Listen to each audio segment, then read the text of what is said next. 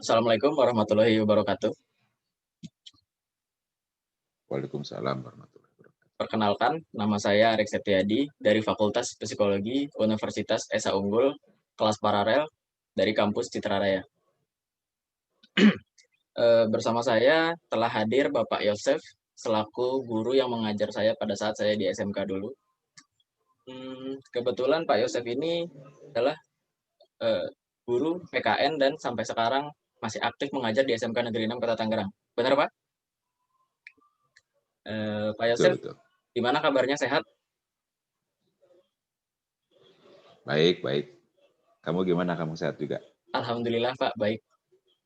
Eh, saya Ya, kelihatan mewawancarai gondrong Pak sekarang Yosef rambutnya. via Zoom karena beliau berhalangan untuk ditemui secara langsung. Beliau kebetulan sedang berada di Bandung ya Pak.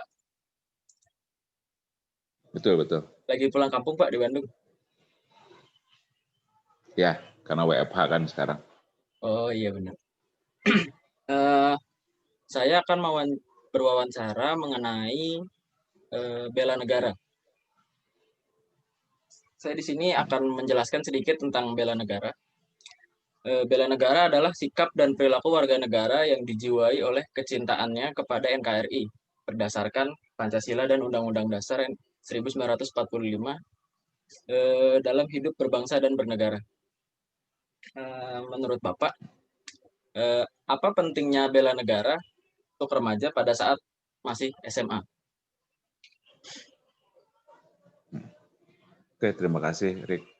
Jadi, bela negara itu sesuatu yang penting, gitu kan. Manakala seorang siswa, seorang peserta didik dihadapkan pada fungsi yang lainnya daripada dia sebagai seorang pelajar gitu ya dalam kehidupan. Ketika dia melihat ada sebuah kewajiban konstitusional untuk membela negaranya, gitu kan. Hanya saja konsepsi bela negara itu harus lebih lebih generasi Z gitu ya. Sekarang lebih lebih digital, kemasannya harus lebih nggak ke perang, nggak ke militer, gitu. Harus lebih di apa lunakan lagi buat generasi muda, sehingga tindakan mereka itu kesannya sekarang kan bela negara itu wajib militer, hanya itu gitu ya. At least sesuatu yang sifatnya mengangkat senjata itu bela negara. Padahal apa istilahnya pelajar sekarang itu harus didekatkan dengan bela negara dengan konsep real saat ini. Misalnya ketika dia melakukan tugas berdasarkan fungsi dan kewenangannya sebagai pelajar yang baik, ketika dia menjaga lingkungan, ketika misalnya dia melakukan tindakan yang sesuai hukum dan aturan, itu unsur bagian dari, karena esensi terbesar dari bela negara itu kan cinta tanah air. Bentuk cinta kita terhadap negara, ya wujudnya adalah melakukan tindakan baik sesuai dengan aturan, sesuai dengan ketentuan yang telah ditetapkan, baik itu dalam konstitusi, baik itu dalam undang-undang dasar, atau aturan turunannya ke bawah. Mungkin seperti itu, Rik. Eh, untuk Bapak sendiri, kira-kira kendala internalisasi bela negara untuk generasi muda itu seperti apa ya Pak?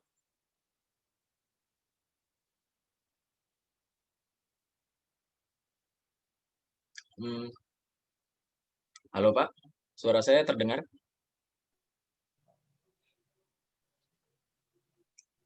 Terputus, Rik, ya? Oh, saya ulang ya Pak. Ini kayaknya sinyal di ntar dulu, sinyal di sini jelek kayaknya. Oh iya ya. Kalau suaranya putus-putus nggak, Rik? Kalau saya sih enggak Pak, suaranya kedengeran kok. Gimana, ulangi lagi nih? Untuk Atau mau kenda dipotong? enggak apa-apa Pak. Lanjut aja lanjut.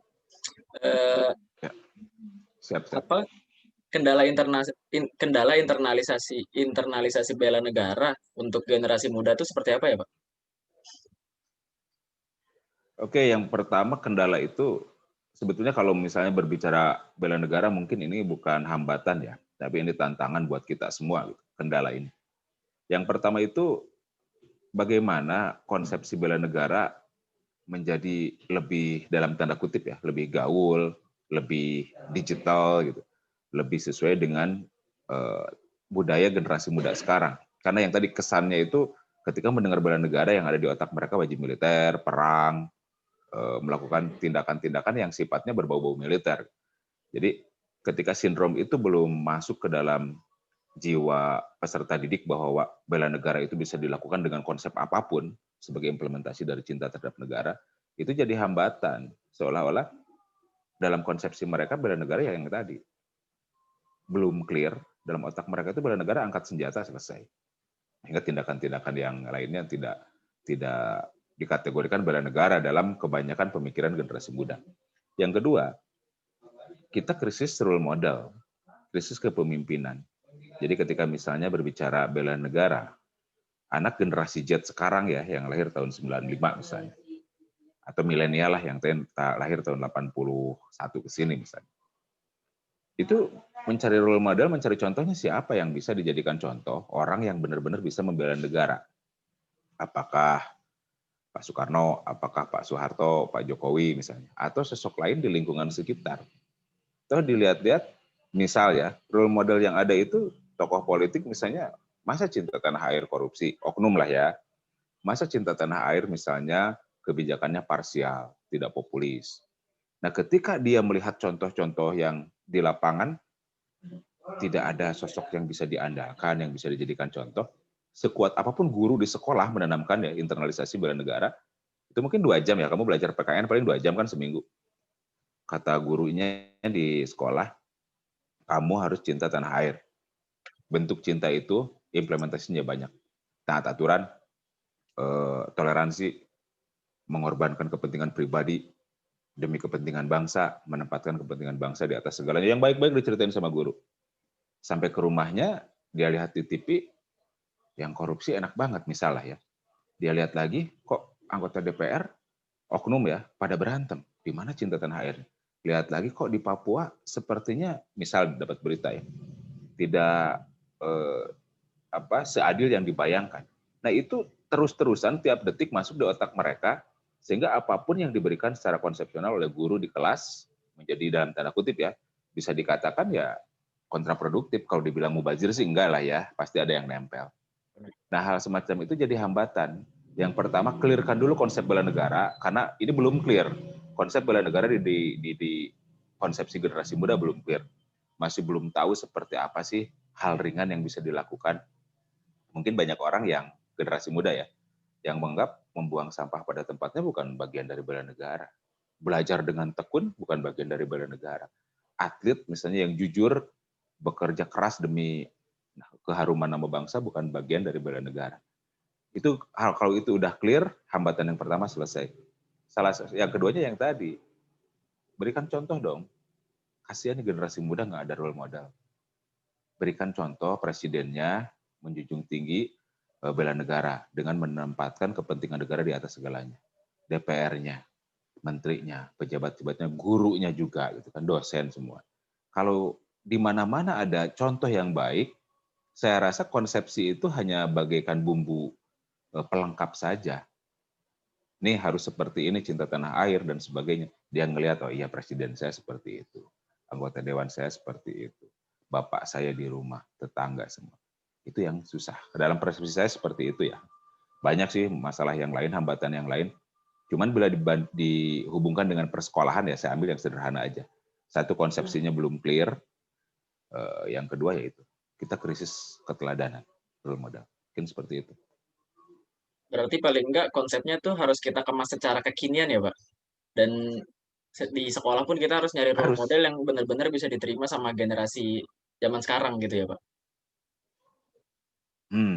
Dan itu kalau di sekolah ada role model, itu hanya sebatas sekolah gitu. Dia balik ke rumah, dia kan punya role model lain. Iya. Ketika misalnya YouTuber misalnya tidak mencerminkan konten-kontennya, tidak mencerminkan cinta tanah air, ketika selebritis, ketika gamers, pokoknya orang-orang yang punya pengaruh, kok kita harus bela negara, tapi perpecahan terjadi misalnya di Twitter, rasial, berantem, ABCD, menghujat, kok nggak dihukum ya?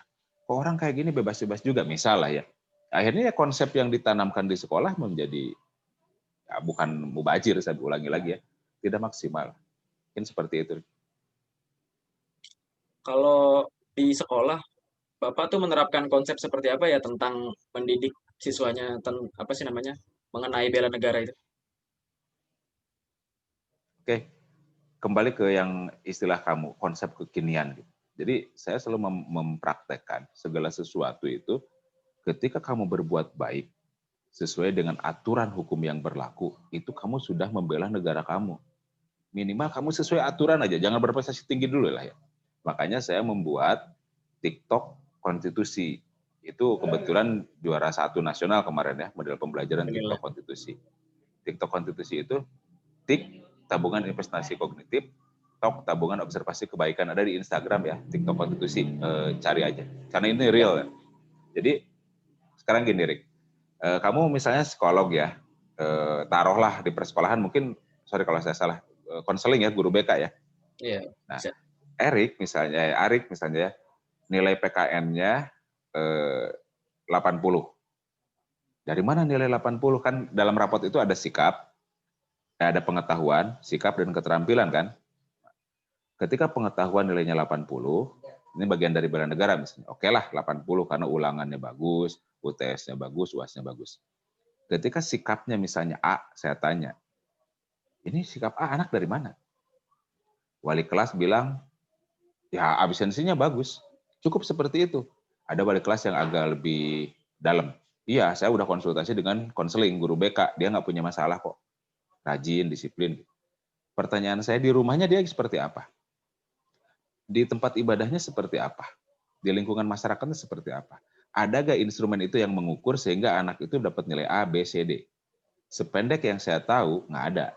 Makanya saya bikin TOK, tabungan observasi kebaikan. Jadi TIK, tabungan investasi kognitif itu saya memastikan anak harus belajar dalam 1 minggu 1 aja. Misal, berdiskusi dengan Pak TW masalah pesawat. Ada fotonya, ada videonya, kalau video, ada resume-nya, di-upload di Instagram. Kognitif kan? Nah, itu 1 minggu 1.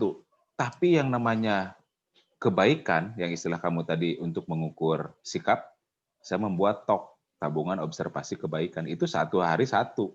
Misalnya membuatkan kopi buat bapak, bapaknya yang menilai, ada fotonya, ada videonya, 100. Azan di masjid, ibadah ke gereja, operasi bersih. Jadi yang menilainya orang yang bersangkutan, misalnya opsi ya RW yang ngasih nilai misalnya ya, di lingkungan misalnya kerja bakti. Nah, itu model internalisasi kebaikan dan kognitif yang menurut saya merupakan bagian dari bela negara.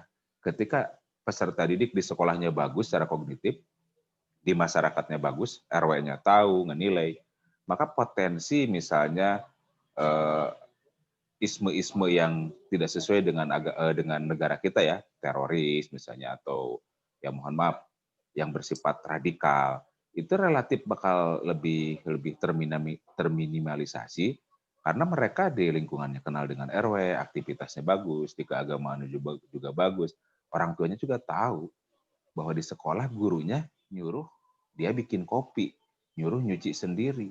Masa di sini di rumah dia nggak mendukung gitu kan? Anaknya diajarin benar di sekolah, masa di rumah dia nggak diajarin benar. Kolaborasi itulah yang menurut saya pada akhirnya akan membuat peserta didik menjalankan fungsi dan peranannya yang benar. Dan pada akhirnya tetap implikasinya kepada bela negara. Peserta didiknya bagus, lingkungannya juga jadi bagus, negaranya juga relatif lebih bagus. Menurut saya seperti itu. Hmm, Berarti kesimpulannya, eh, anak didik Bapak tuh untuk sekarang udah cukup dalam mencapai sikap bela negara ya, Pak? Untuk keseluruhannya. Kalau misalnya data validnya ya, karena kan harus jelas itu pengukurannya.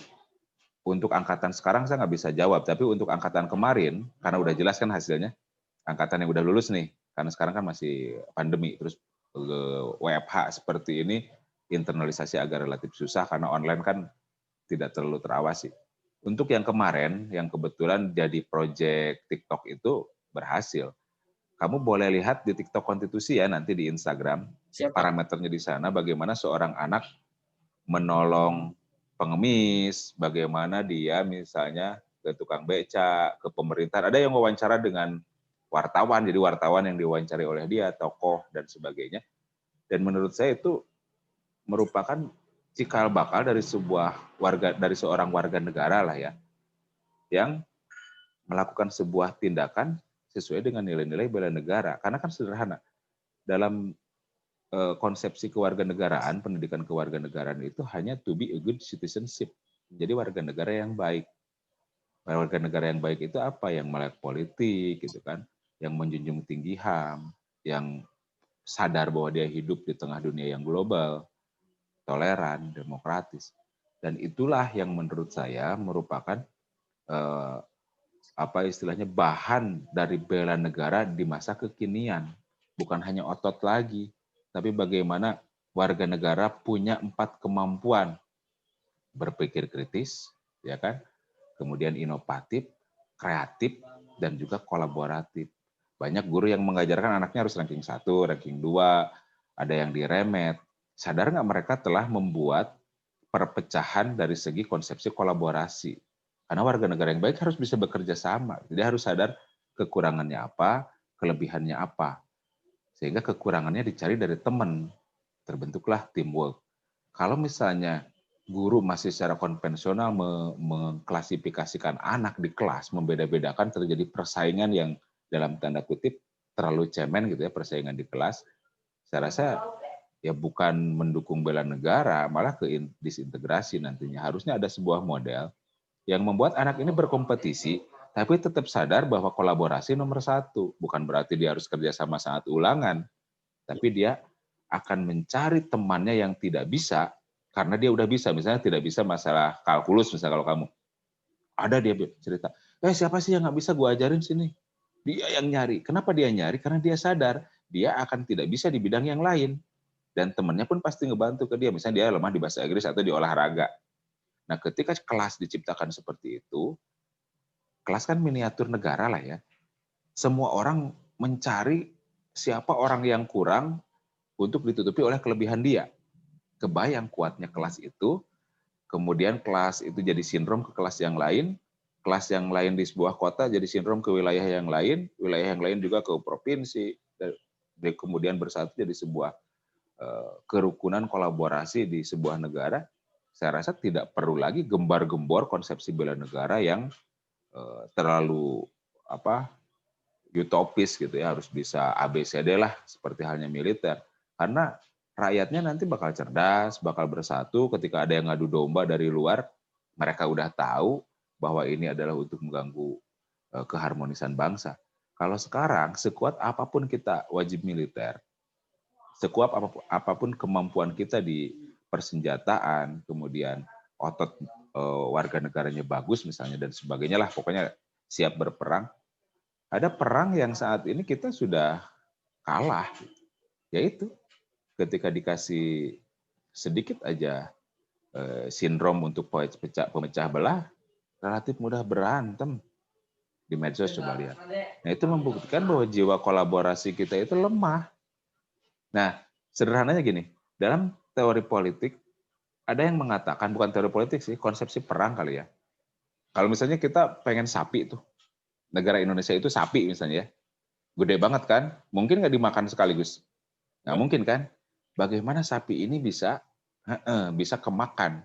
Nah, orang luar sederhana, potong-potong aja kecil, tetap aja akhirnya kemakan semua kan? Nah, untuk memotong-motongnya itu ya bukan dengan militer, yaitu dengan hoax, dengan adu domba, dan terbukti, jangankan generasi muda, generasi tua kita juga sekarang kan banyak terprovokasi oleh hoax dan sebagainya. Ya nggak usah main perang, capek lah.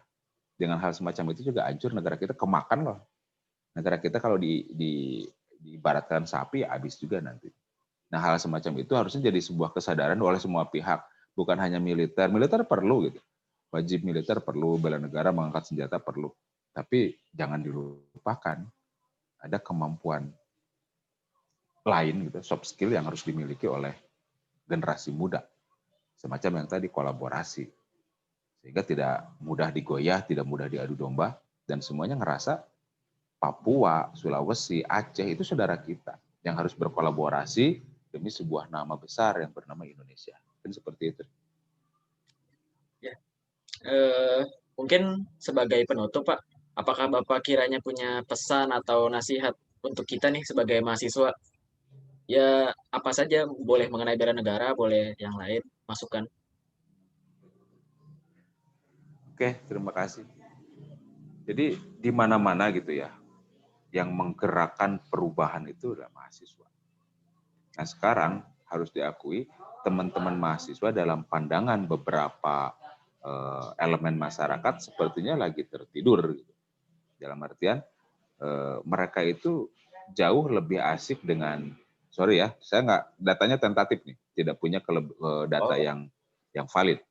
Tapi relatif lebih suka membicarakan games, passion, atau mungkin segala sesuatu yang sifatnya bukan hedon ya, gaul lah gitu ya, tanpa mereka memikirkan bahwa negara ini ada di pundak mereka. Ketika mahasiswanya sehat, ketika mahasiswanya punya 4 kemampuan tadi, misalnya kreatif, inovatif, kolaboratif, gitu kan, critical thinking, maka nggak usah capek-capek kita menggerakkan seluruh elemen masyarakat, karena mahasiswa itu akan jadi sebuah agen perubah. Yang akhirnya ada yang salah pasti diluruskan, ada yang benar pasti dilanjutkan dengan optimal. Nah, kalau misalnya kita krisis model sekarang di kepemimpinan, karena beberapa saat lagi kalian yang akan jadi pemimpin, maka jadilah generasi pelurus yang tidak seperti sekarang. Konsepnya benar, tetapi kita sendiri sebagai pelaksananya kurang optimal.